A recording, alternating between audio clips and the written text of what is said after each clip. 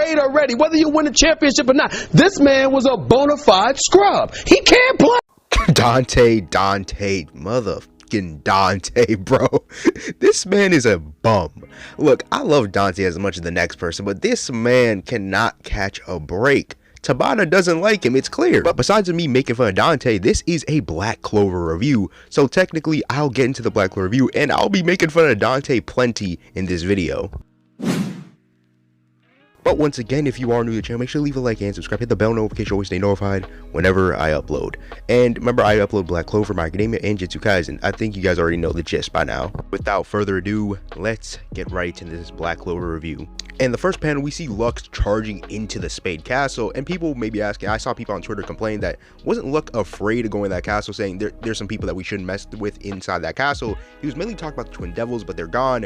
But I do think the Dark Triad, at their 100% forms, are at least a little bit stronger or on par with them. But I think Lux senses that Magna and Dante, for example, have equal amounts of mana, so Lux is just going in there for the fun of it and seeing if Magna is alright. Back to the fight, Magna and Dante are still going at it, and Dante says, "How dare you let my back hit the ground and hit my face?" And he gets up on this revival type stuff and he starts throwing rocks at Magna, and Dante knows he cannot survive a fist fight, so he pulls out a knife. Dante tells Magna straight up that even though that you use your shady magic and equaled out our mana and power, it doesn't matter, I'll keep regenerating and you'll keep on losing ground. So there was nothing fair about this fight in the first place.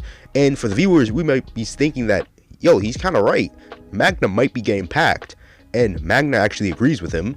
Dante starts laughing and says, "It isn't you that give me the most pleasure, especially when you have shady magic like this." And Dante sees Magna as not even a threat. He just sees him as somebody who just stole his magic and just laughing at him, saying, "Yo, look, even though we're kind of boxing right now, you're still not a threat, and I see you as a thief. I'm not going to acknowledge you as a threat." Magna inside his head says, "Yeah, you're right. I'm no noble, no royal. I'm not Luck who gets increasingly stronger, and not only that, he got stronger with the elf possessing him after he left, and not only that, I'm no Asta. Even though he had no magic, he has anti-magic buffing him." So Magna really is a hard worker. He really is the underdog. We actually get to see his story unfold because he's catching so many L's and so much mistreatment that he hasn't really got a victory of his own, and it's kind of sad because he's just a peasant with just fire magic. He can't really do anything with low amounts of mana. Then we go back before the 6-month time skip is Yami and Magna in the Black Bull's base, and Magna just basically got rejected by Gaja because he couldn't use runes, and he's now asking the question, why do you even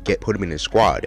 And Yami just says, well, we have the same liking, and Magna says, oh, then Yami says, you seem like you had the most grit, and this is what pushed Magna to get stronger. Now let's talk about Yami. Even though he's strung up in the tree of death right now and he can't really do anything, but he had brought the best out of Magna. Those words is what Magna really needed. Magna says, I will not lose, and he's been training in this panel. He's been writing down his spell, which is the chain spell or the chain deathmatch thing, and Magna is training boxing. Like, Magna was ready for this moment. He was boxing, getting his physical strength up, and when he used this on somebody else, they can get into a full-on boxing match. Magna yells, it is not something for you to nitpick on, and they're just going at throwing punches after punches after punches, and I gotta say, this is probably one of the best fights in the Spade Invasion. You guys may be asking, what about Yami, Asta versus Dante? I count that as a separate little, counter arc or a beginning stage arc for the Spade Invasion, but for the main invasion, this is the best fight. Now let's talk about Dante for a second here. Was he in the wrong here? Like, actually allowing Magna to do this? Absolutely. He should have never allowed Magna to get off this spell, and I'm gonna say it right here and people are gonna get mad. Zenon would never. Magna then tells Dante, go fly with the explosion, you asshole. And Dante just says, finally you realize it. The unfair treatment in this world. No matter how hard you work, you'll still be nothing. And again, Dante has been spouting this the whole time. Well, he's been spouting this ever since he first Yami. The unfair treatment in this world. It makes you wonder, what is he talking about, this unfair treatment in this world? He's not wrong. There is unfair treatment, but how does he know, or has he experienced it? Dante then laughs at Magna, saying all of your fruitless efforts is completely useless. And before we can get a punch in, his devil form completely vanishes. Everything is gone. He cannot use his body magic or Lucifero's gravity magic. Dante then yells, and it looks like he's sweating and kind of scared, saying, what did you do this time? And Magna says, I didn't do anything. We just ran out of mana. And Dante just notices that, yeah, his contract with Lucifero is now disconnected because his Wi-Fi is now gone.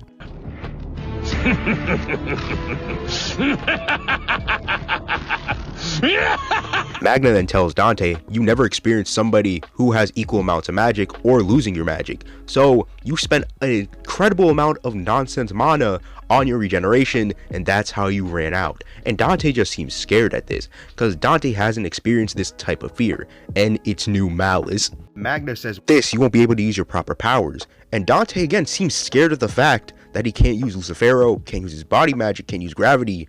And I think something in Dante's life, like Dante hasn't really experienced this type of fear.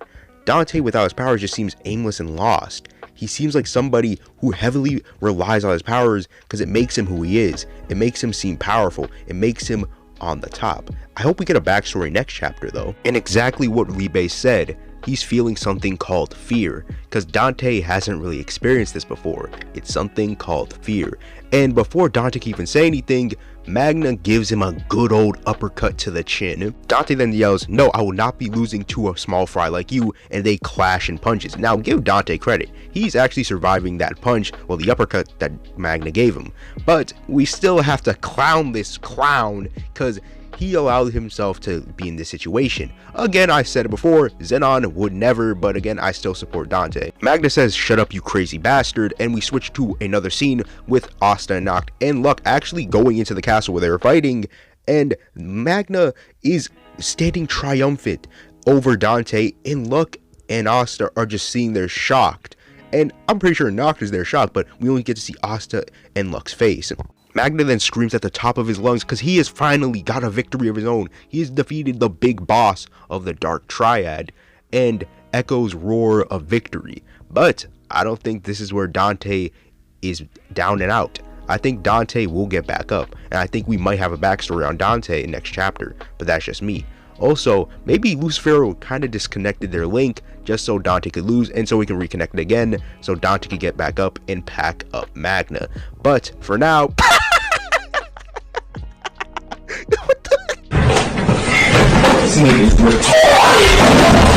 But for now, this is the end of the video and the end of the chapter. This is the fan scan, so guys, again, remember to go read the officials on Sunday. I just do this because, again, I am going to review the Jujutsu Kaisen chapter on Sunday so I can have a clear mind and understand what's going on, because I really was about to go in and kind of criticize it, but as of right now, I don't think I will. I'll wait for the officials and see if my opinion changes. But I hope you guys did enjoy this video. It has been the Red Cloak. I'm gonna head up out of here, guys. Peace out. I'm out, guys. Peace. Have a great rest of the day.